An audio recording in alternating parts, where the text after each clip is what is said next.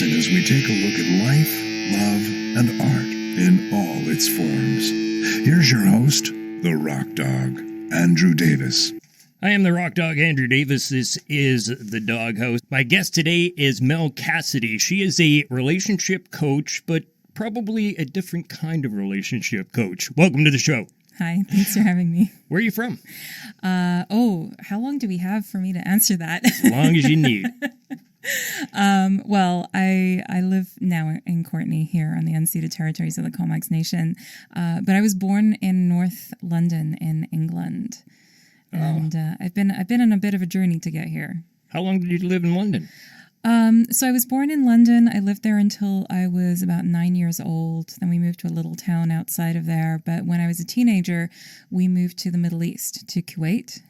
So I grew up in a Muslim country and spent like my formative teenage hormone-driven years there. Wow. And I came to Canada in 2004 when I was engaged and getting ready to get married. Take us back to as a teenage female. What was that like? So Kuwait is its own country. It's bordered by Saudi Arabia and to the south and Iraq to the north. People who live there will sometimes call it the armpit of the Middle East. Oh.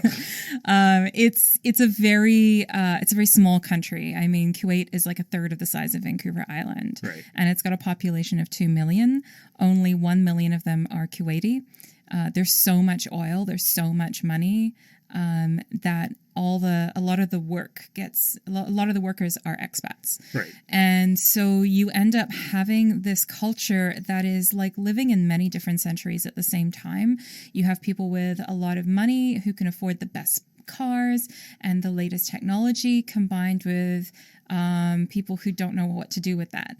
And there's a wide range of different cultures that meet in this melting pot. So I got a lot of exposure to Arabic culture, which I absolutely loved, and also a lot of exposure to East Asian cultures and Indian subcontinent cultures. And there was a small contingent of Europeans as well. I got to go to an English international school, which was a really great experience for me because I grew up as a mixed culture person. Like my mother is Greek Venezuelan. I never felt like I fit in when I lived in England. So living in the Middle East, it was suddenly like, oh, everyone's an odd one out. Yeah. But definitely, going through puberty and being a teenager in a country where, holding hands with someone of a different gender is something that could get you in trouble. Yeah. Let alone, if you want to kiss in public, or maybe you want to kiss someone of the same gender as you in public, which I did do. And Kuwait. In Kuwait. I mean, that's something you could be executed for. Absolutely. Potentially in some parts of the Middle East. Not in Kuwait, I don't think, but, there would be some serious repercussions. Did you feel that there was a sense of oppression, or because there was so many foreigners there that it kind of just felt like England? Definitely not the latter. I think that in a country like Kuwait where the censorship isn't hidden, right? It's just public knowledge that there's censorship, there's secret police, there's stuff that you can't do in public, and so it has to stay private. You end up just developing a way of being that adapts to that. So like we would have parties, we would have alcohol at those parties. But we just knew the ways to get around it, to get around the laws and the loopholes. And there was definitely some privilege that we had as teenagers in that we were teenagers and that our parents were of that middle class of expats. That, if we got in trouble, the worst thing that could happen would be that we would get kicked out of the country. Whereas if I had been someone who was the child of a Sri Lankan expat worker who was, working at something like McDonald's, and like I would have, the repercussions could have been much more serious. Right. Could be jail or even worse, right? Exactly. So like there was definitely a level of privilege that I got to enjoy in being able to bend the rules the way that I did there. It's interesting when you live in a country where there is overt repression of sexuality and of the gender dynamics in Kuwait are a whole other thing. They're very fascinating because Kuwait didn't give women the vote for a long time. And it was actually a good thing because they didn't have the emancipation and the education for women. And in a country which runs a fine line between moderate and extremism, giving the vote to women would have actually given more votes to the extremists in a very patriarchal, male-dominated culture. Right. So they had to go through this gradual process of creating more education and emancipation for women before women got the vote. Because they would just go and vote for who their husband told them to vote. Because a husband who has multiple wives is going to be like, no, you've all got to vote for who I tell you. Yeah. Yeah. Have you ever been back? Not since I left. Not since 2004. I still have a lot of friends there, and I keep in touch with what's happening in the politics in the Middle East. And yeah. So an engagement brought you to Canada. Yes. What happened there? What happened was that I was 22 and I'd finished university. I had my degree in theater, and I was like, okay, what's the next thing I should do to prove that I'm a successful grown-up? The next thing is you're supposed to get married. Yeah. And I had met this wonderful guy. He was Canadian, and we were in love, and he's like, marry me. And I was like, okay, sure. That's what you're supposed to do, right? Yep. And so I came to Canada to sort of start fresh here. I was not enjoying all the military stuff that was happening in the Middle East. I wasn't feeling at home in England, so why not try something different? Mm-hmm. And, we were married for 7 years. And I, if I was to do everything over again, I probably would do it differently. But, at the end of the day, that's a relationship that brought me to Canada, and Canada for now is my home. And I'm very grateful that relationship brought me here. Yeah. It's a pretty good country here. Yeah. We are so incredibly lucky. Yeah. Yeah. Do you think you were too young? Absolutely. Yeah. That's what I've always kind of felt too. People, they fall in this trap. Excuse me. You get out of high school when you're 18, then you go to college for 3 or 4 years. So now you're 22, you got your degree, then you get married, and then everything goes to shit, basically. Well, it's like we're following this default trajectory of we have to keep going on the next step. Right. And if you fail at any of those steps or you miss that opportunity, then somehow that means you're a failure as an adult. Right. And you don't have completion in your life. Yeah, there's something wrong with you. You must be broken. Right. I just don't think that humans are designed to be like that at that kind of age. Like we're not developed enough to make a decision like that will change your life forever. Right. At 21, 22 years old. In my feeling, anyway. Yeah, I think it would make sense if marriage licenses were like driver's licenses, that they came with an expiry date. Yeah. And maybe at some point you have to retake a test. Yeah. 25 might be better of a sort of like minimum age. But you look at some of the older traditions in the world, like in the Celtic tradition, they would do hand fasting. And that was like a kind of engagement like marriage. Like you're going to be married for a year before you actually for real get married. And after that year, you can reassess, like, was it worth it? Do I really, really want to stay with this person as my spouse? Wow. Speaking of relationships and relationship dynamics, as a relationship coach, yours is a little bit off the beaten path, is it not? Yeah, I would say that I work with a niche population. Very niche. One of the things that you do have is the monogamy detox program. Mm-hmm. What does that mean and what does that entail? Well, maybe I should go into a little bit about who it is that I work with. All right. So, part of my own journey in relationships was realizing that I wasn't actually cut out for monogamy. Monogamy, I really tried to do it. It was that thing of like, oh, maybe I'm grown up now and I can settle down with one person, and that wasn't my reality.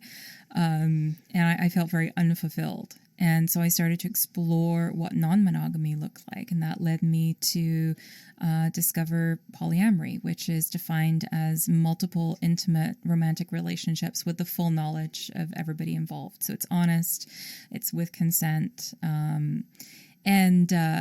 And as part of that exploration, I started looking into more of, well, what are the obstacles that people are coming across? And I started writing a blog about my experiences doing polyamory from the perspective of someone who wasn't in a marriage at that point. Like I'd already separated and we gotten divorced, and I was doing this as a ostensibly single person, but dating multiple people. And because of that blog, people started writing to me with questions. Right. And I was like, I'm not qualified to answer your questions. I'm sorry.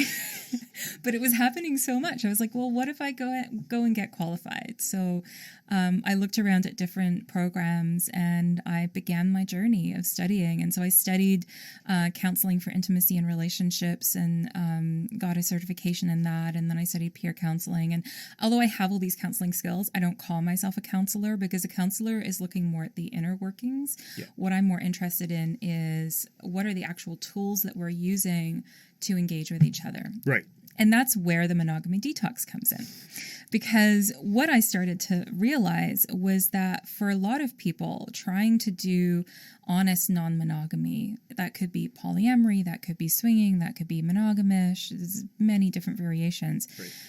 The thing that kept coming up for people as an obstacle was all the internalized stories about monogamy that they didn't realize were driving the show.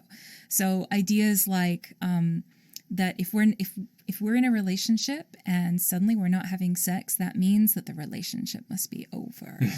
All right, we've lost that spark. There's nothing left for us here. Yep. Ever been there? Yeah.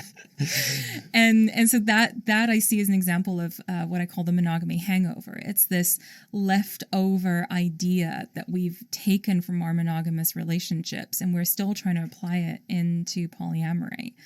And there's other things like the idea that you have one true love, this idea of a soulmate that's going to complete you. You know, you absolutely can have someone who makes you feel more complete, but that doesn't mean that that is exclusive to that person. Right. And so I started looking at, well, what are all the ways that this shows up?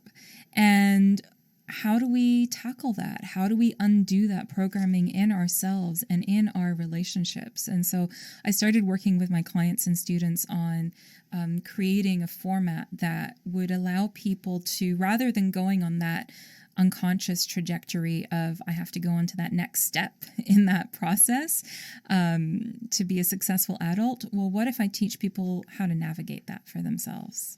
To create a path that is as individual and as unique as you are. There's a lot of people who are writing about polyamory today. Like, we live in an amazing renaissance time for non-monogamous relationships. And a lot of these writers are writing predominantly from their own personal experience, which is going to be great if you share a similar cultural context and a similar life experience to that author. Right. But it may be challenging to translate that over if you don't. Because everybody's different and everybody has different needs and perceptions and everything like that. Exactly. Everyone's different. And so my focus has been on creating something that's going to empower people with the tools to make their own choices. Mm-hmm. And, you know, some people have done the monogamy detox and come out of it and gone, actually, I'm monogamous. I was exploring this non-monogamy thing, but I think I want to do monogamy. I just don't want to do it in the default way that society has tried to get me to do it. I want to do it in a more conscious way with these different tools that I've now learned. What are some of the steps that you go through the monogamy detox? So we start off by, first of all, identifying what everyone's particular monogamy hangover looks like, because it's going to look different for everyone. And so there's some exercises we do to start pinpointing, like, can you pick out examples in your day-to-day life? I love sharing one of my personal experiences that when I was creating the course, I had a very interesting interaction in a store with a guy who was really cute, and we started flirting a little bit. And I did something that I never do, and I gave him my number. And between leaving the store and getting home, which was a 15-minute walk, I had already concocted all these different fantasies about the life we were going to have together. And not only that, but that I was going to introduce him to one of my female friends, and that all three of us were going to date. And we were going to be this perfect triad. And I was like, oh, no, there it is. There's my monogamy hangover. Like, I'm still projecting all that stuff. I'm doing it in a polyamorous context, but I'm still projecting that expectation in there. That's the thing, because people would go, oh, well, how's that monogamy? You're talking about two other people and you're all dating. Like, how would that be monogamy? But it's the default assumptions around it. And, a lot of what our culture teaches us is that monogamy is lifelong and exclusive. And, the sad reality is that not many relationships last forever. We have some amazing, incredible examples of people who've been together for 40 or 50 years. And that's phenomenal. When I meet those people, I'm always like, can I just sit down and ask you, like, how did you do it? How did you not kill them? How did you tolerate all of this? How did you overcome your differences? How did you find that way of moving through conflict to become closer through conflict rather than further away? And I think there's a lot we can learn from those folks. Right. I think we can take a lot of tools because in order to have a relationship that lasts 40, 50 years, you have to have communication, you have to have trust, you have to have honesty. And I think that's all what this kind of teaches, right?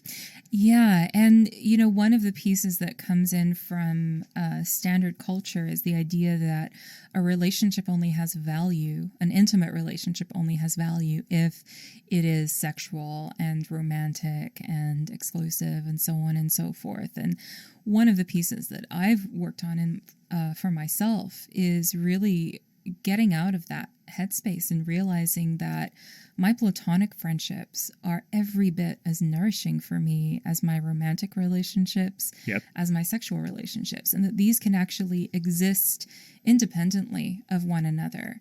I don't have to, I might have someone that I have an incredible sexual connection with, but that doesn't need to mean that we move in together. Right. That doesn't need to mean that I introduce them to all of my friends or that we, hang out all the time. It's just, we have great sexual chemistry.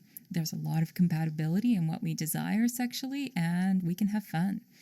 And that's what the relationship is. And everybody knows it, right? Yeah. Exactly. And if everyone's on the same page with that, then that's great. I have a relationship in my life that has been going since I was 14. So for more than half of my life, because how old am I now? I'm 37 now. So yeah, it's been going for more than half of my life. And, this guy and I, we dated when we were in high school for a couple of months. And then through high school, we were on and off a little bit. And even though he started dating someone else, we would still make out. And then in adulthood, we reconnected and we continue a relationship to this day. He's not someone who I'd probably introduce to many of my friends these days. He's definitely not someone I'd live with, but we have this incredible chemistry that whenever we're together, it's like, we can explore this. Yeah. And to me, that's a long-term relationship. Absolutely, since you were 14. Yeah, and a lot of people hear that and they're like, oh, that's so romantic. And I just have to be like, romantic is not the word I would use. Chemistry. That's the word I would use. Yeah. Chemistry and the way that people mix and the way that people's energies can flow back and forth. Mm-hmm. It's got a lot more to do than this romanticized love. And getting clear on what the chemistry is, I think is really refreshing. You've probably had the experience if you meet someone and you feel chemistry with them, but it's not a sexual chemistry. It could just be a creative chemistry. It could be a friend chemistry. Yep. And I think it's really awesome to explore what that is. In the Monogamy Detox, I teach a framework of working with 4 different quadrants. And this idea, you can see this idea echoed in a lot of different traditions. I first picked it up from a book called Designer Relationships by Mark Michaels and Patricia Johnson, which is, I personally think, the best book anybody can read if you're interested in exploring what open relationships mean and what they look like, because it's very easy to read. It's got very accessible language. It's not getting all into too many terminology things, and it's very practical. But they talk about how there's 4 different kinds of monogamy. They talk about practical monogamy, social monogamy, emotional monogamy, and sexual monogamy. And I realized when I was reading that, I was like, well, you can have all of those different pieces non-monogamously too. Mm-hmm. So what does that look like? Right. And that's where I start working with people on is like, okay, so you have a quadrant that's all about your practical, your physical body. Like, how do you put a roof over your head? Who do you share a home with? How do you feed yourself? Those kinds of things. then there's that quadrant of emotional. And, we all have multiple emotional relationships, whether it's with family members or friends or people that we meet online on forums. We develop emotional rapport with multiple people. I think that's part of who we are as human beings. And the same with social rapport. We are not socially exclusive human beings. Right. Although you do sometimes see couples will become this like unit. So, you can think of, I think the Clintons are a good example of a socially monogamous unit that were definitely not sexually monogamous. Not even close. So, but you can see that, right? There are people who they will function socially in community as this like indivisible unit. Right. This entity that is the Clintons. Yes. Right. Or Brangelina or whatever it is, whoever the couple is. And then you get into the sexual fidelity, monogamy or non-monogamy. And, I know some people who can have, they live together, they're married, they have incredibly deep emotional connections, they function together in their community as a unit, but they will have sexual relationships with other people. Yeah. And I think that if that's done with full knowledge and consent and lots of communication, that can be really healthy and fulfilling for people. Why do you think people react that way? Is it just the social stigma, or is it religion obviously beats it into people too, but why do people still have the social hang up when I've always said everybody is polyamorous, you just don't even know it. Right. Right. I mean, your relationships with your family, your relationship with your friends, these are all loving, caring relationships. So for anybody that says I can't do polyamory, well, you already are. So yeah. Why do you think that the social hang-up is still here in 2019? As human beings, so much of what we do is based on trying to keep ourselves safe and secure and stable. Right? This is a very primal thing in us. Our nervous system is wired to keep us alive. And monogamy offers an incredible strategy for security and stability and safety. And that's why it appeared in our human evolution. As human beings, and I think Sex at Dawn looks at this and a few other books look at this, but like as human beings evolved, as we moved into more agriculture and smaller societies, less hunter-gatherer, it became this means of survival to have a exclusive family unit rather than an extended tribe. And I should say, that's the European Western approach, because if you start to look at how indigenous cultures have approached relationships in North America, monogamy was a foreign concept until the colonial era. Yeah. There's a lot that's getting researched about that these days. Yeah. What you define yourself as solo polyamorous. What exactly does that mean? So it means that I explore polyamory without a goal of getting onto that trajectory that we talked about earlier. That default trajectory is known as the relationship escalator. And, once you're on there, you're just going to keep going up. And for people who are solo polyamorous, they're not interested in getting on that relationship escalator. It's not a relationship goal for them. Typically, they will not live with partners. And if they do, they tend to have very separate rooms and maintain a level of independence. There's not that same kind of enmeshment that might happen when you live with somebody in a more conventional relationship. The focus in solo polyamory is on self-autonomy. And the way that I've liked to describe it is my primary relationship is with myself. So, if it comes down to hanging out with a partner or doing something for myself that I want to do, I may prioritize myself over the partner. Nothing wrong with that, really. And I mean, there's a lot of other nuances to solo polyamory. I co-founded the largest solo polyamory discussion group on Facebook, which now has over 10,000 members. And we've had 3 conferences so far. We call them unconferences because they're participant driven. So everyone who turns up can pitch an idea for a session. And we have a few keynote speakers, but it's... there's certain themes that show up. So for people who are doing solo polyamory, having a good support network is really important. And so your platonic relationships become very, very significant because they're more of your anchor relationships, right? They're the people who are going to be there for longer. You're more likely to have a close friend as your emergency contact rather than a romantic partner. Yeah. What other kinds of polyamory, I guess, are there? So the one that gets talked about more in the media is what I call polynormative, which is you start off with a couple and they open up and add on additional people. The people they might start dating, it could look one of two ways. One is that they could date people together, and that gets known as unicorning. Yep. And there's definitely some memes out there that refer to this, but some people think that, well, we're a cis couple, but we present heterosexual, but maybe one of us is bi, and maybe we can find someone who's like bisexual and would be like perfectly attracted to both of us and would not cause any difficulty in our relationship and would just like smoothly transition to be the third partner in this. And that's an incredible vision to have, and I have rarely seen it happen. Not to say that it doesn't. I do know some people who are managing to do that, and I know quads and groups of 5 people who are in relationship together. But it's a lot of work. Yeah, I think. But is the couple not putting kind of an unrealistic expectation on that third?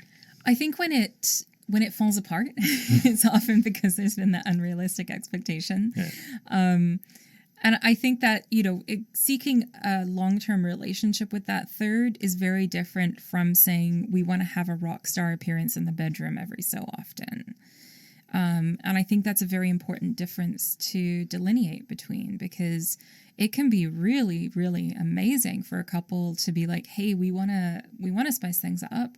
We don't necessarily have the capacity to get into another emotional relationship. Yeah. But we would love to explore having someone else in the bed with us. And there's someone who's into both of us. Everyone's on board. Let's do it. Yeah. And that can be super fun. But I wouldn't say that qualifies as polyamory. To me, that's more in the realm of swinging, which is another form of non-monogamy that's consensual and everybody knows about it. But polyamory has more of an emotional long-term component. Swinging is a little less attached. It's more, you can be friends. You can care about the person. Obviously, you're not going to be an asshole to somebody. But, you're not dating the person. Right. And I think too many people mix this kind of stuff up where you're mistaking sex and love. And then, of course, the jealousies come in. How do you deal with that sort of stuff? How do you deal with jealousies and insecurities and all those things that are definitely going to pop up? Me personally, or when I'm coaching someone? Let's go with when you're coaching somebody. When I'm coaching someone. So jealousy, I consider it to be this amazing teacher. It's this red alert light that's flashing for you, that's telling you that there's something that you didn't realize you need to address. And that could be something that you're missing in the relationship. So it could be that your partner has not been paying enough attention to you, or has maybe there's actually a red flag and they're not communicating everything to you. And on some subconscious level, you're picking that up and responding to that. But it could also be that, this new relationship that they're in is activating you to realize there's something in yourself you want to work on. So there's a lot of different ways that jealousy can be this powerful mirror to teach us something about ourselves.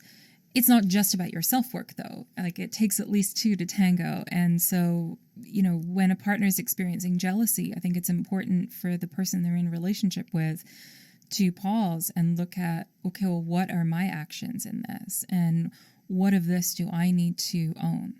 And this is one of the great lessons that I think polyamory can teach people, is that, relationships don't happen in isolation. We are all in relationship to one another all the time. We all affect one another. And so, I might be dating this person, but what's actually affecting me are the actions of their other partner. Mm-hmm. Even if it's someone I've never met, their actions could be affecting me. And so the jealousy and the insecurities and all the shadow emotions that come up can be this really good teacher for understanding how the actions that we take ripple across different connections. Radical relationship coaching. And that's kind of what this is all about, right? Yeah. I've read More Than Two, that book. I haven't read the one that you just you brought up, Designer Relationships, but I'll definitely check it out. What other good books are out there? What other sources? Well, there's an increasing number of books. I think it really depends on what perspective someone is looking for. The sort of first tier, the first era of books on polyamory, I think are still classics and are still worth reading. Polyamory in the 21st Century by Deborah Anapol, I think, is a really fascinating one. She was a psychologist and a body worker. She passed away a few years ago, and she does, I think, a really beautiful job at looking at how polyamory had evolved in the 20th century and considering where is it going to go next. Opening Up by Tristan Tamarino is also good. A lot of people have read The Ethical Slut by Janet Hardy and Donnie Easton, The Ethical Slut. But there's also a lot of newer books. The Smart Girl's Guide to Polyamory is one that's sitting on my bookshelf that's next for me to read. I think when you're looking at a book, because there are more and more coming out all the time, it's really important to consider who are the authors and what are their qualifications to be talking about what they're talking about. There's a lot of people who have written about polyamory who their qualification is that they had a life journal or that they wrote a blog and that's their only qualification. And great, if you wrote a blog, then maybe you can write about your own experiences, but that may not necessarily qualify you to write about the full spectrum of other people's experiences and for giving advice. The reason I refer to things like Polyamory in the 21st Century and Smart Girl's Guide to Polyamory is because the authors of those books are professionals. They've worked in the helping profession. They understand psychology and counseling and the reality of not just their own experience, but of multiple people's experiences from a very compassionate perspective. So if you're looking for reading materials, just do your research a little bit. Even if it's just looking at the back at the author's bio, figure out like what has qualified them to speak to these topics. You refer to yourself, you're obviously LGBTQ. Your pronouns, you go she, her, and they, them. For those that don't understand that, can you explain? Yeah, so I've had a very interesting journey with understanding gender for myself. And, growing up, I never felt like I fit inside this box of girl or woman. And as I stepped into adulthood and I think leaving the Middle East and exploring more of what was happening in the West, and here in BC, we have an amazing queer community, I started to come across other terms and other ways of being. And I realized that what wasn't lining up for me was that my inner sense of self did not align with this idea of woman. And so I identify as genderqueer. And what that means for me is that like I have a feminine body. I will present feminine most of the time. But the way that I experience myself is not that. If I were to, if I rubbed a magic lamp and a genie appeared, I'd be like, okay, I want to be maybe a little more masculine, but be in drag. Like, there's something that appeals to me about the hyperfemme that a drag persona might bring about. But in terms of the way that I exist in myself, I'm definitely a lot more in that masculine, direct, kind of perspective. And I mean, we could also look at how gender is a social construct and what do these terms masculine and feminine mean anyway, because it's not just about genitals and not just about hormones. And it's label. Everybody has to have the label, right? In our society, it's like we have to have, okay, that's what that is, that's what that is, that's what that is. Because it's easier for us to understand it that way. And I think it feels safer for a lot of people to be able to label somebody. Yeah. And queer is this wonderful label that defines that defies definition. So it works for me. It fits in with my inner sense of anarchy a bit. What would you say to somebody, and I know this is probably hard, but there's so many people out there that go, well, that's bullshit. Like, you're a woman. Obviously, you're a woman. There's no way you can feel like that. What would I say to them? Because I've had conversations with people, and it blows my mind. I wrote something on my Facebook page the other day about it, and it's just, I don't know how people in the queer community can put up with what you put up with. Yeah. It absolutely blows my mind to read what people can write. I mean, a lot of the time, to be perfectly honest, if it doesn't seem like the other person's open to a conversation, I'm just not even going to get into it. Yeah. It's the kind of thing where if someone's open, they're going to be open. If they're not, if they're already saying like, well, you're a woman, blah, blah, blah, like they're not going to be open to another perspective, right. Probably. And I will just not engage. Or I might say like, well, you actually don't know what my lived experience is. And I'm not going to try and label what your lived experience is. Right. If you want to explore, if you want to have a conversation, we can talk about that. And I can tell you more of my personal experiences. But maybe I don't have the capacity to do that. Mm-hmm. Yeah. Because it was basically what I was arguing with somebody. It was about the Pride Parade. And they were talking about the nudity and the lewdness that comes with Pride Parades. And I wondered which Pride Parade he was at because it didn't match any of the ones that I have been to. But it just got off there. And to me, I was trying to say to them that you're labeling everybody in the queer community as a sexual pervert when you say stuff like that. Mm-hmm.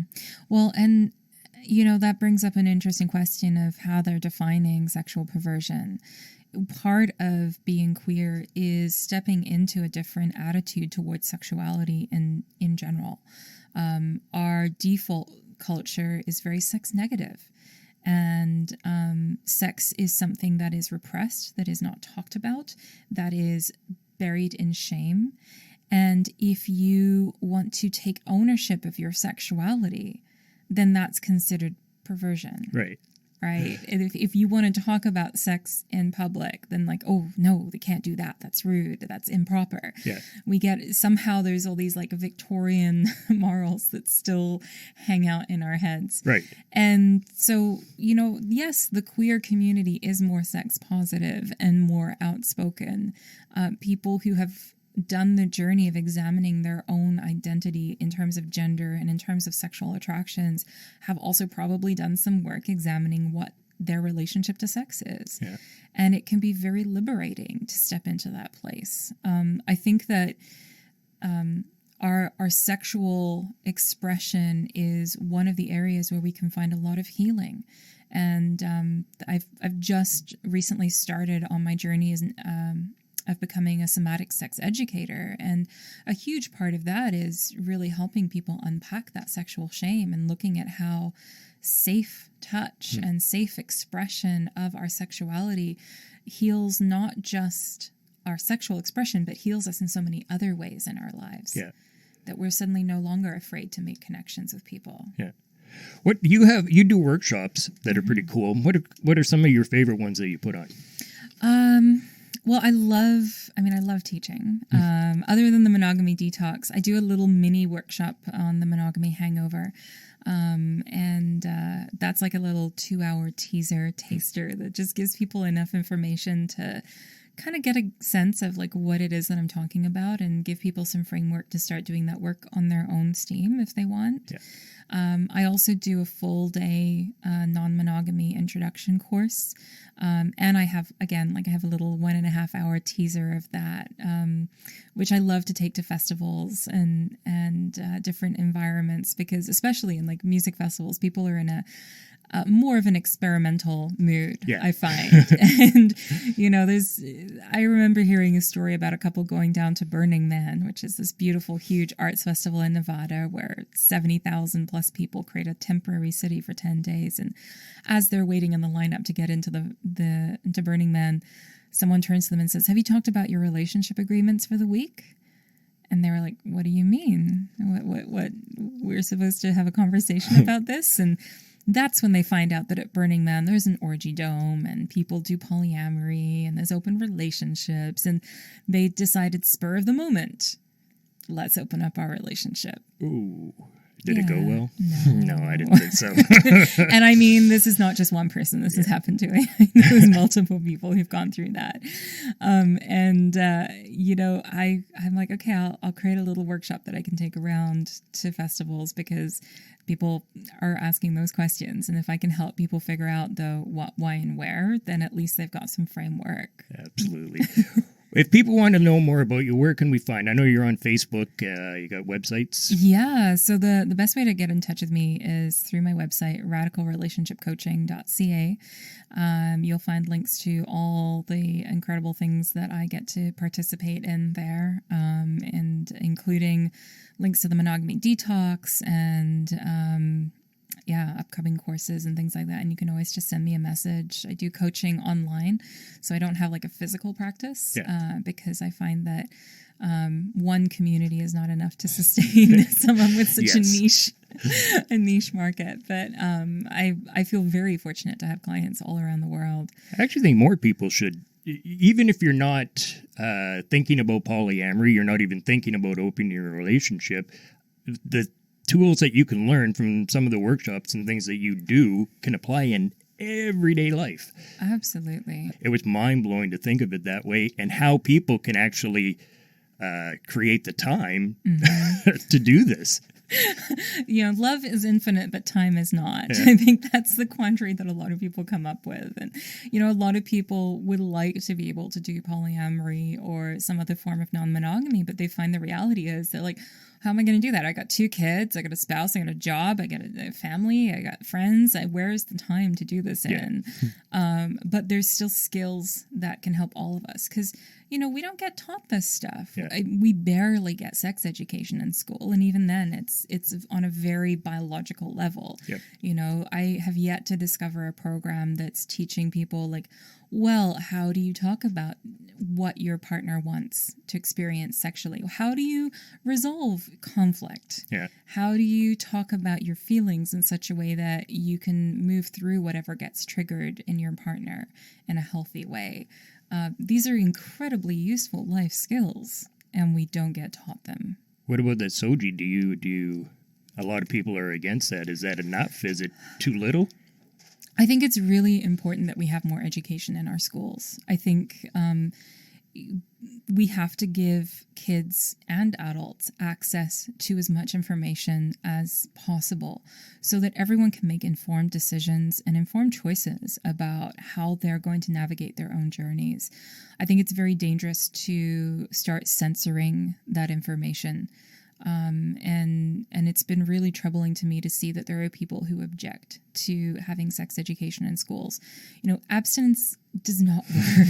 It never has. And I mean, I can tell you from having lived in a culture that is, having lived in the Middle East where things are very restricted, all that does is it creates something that's more illicit. Yeah. As soon as you make something illegal, as soon as you ban something, as soon as you repress something, it makes people more determined to seek it out.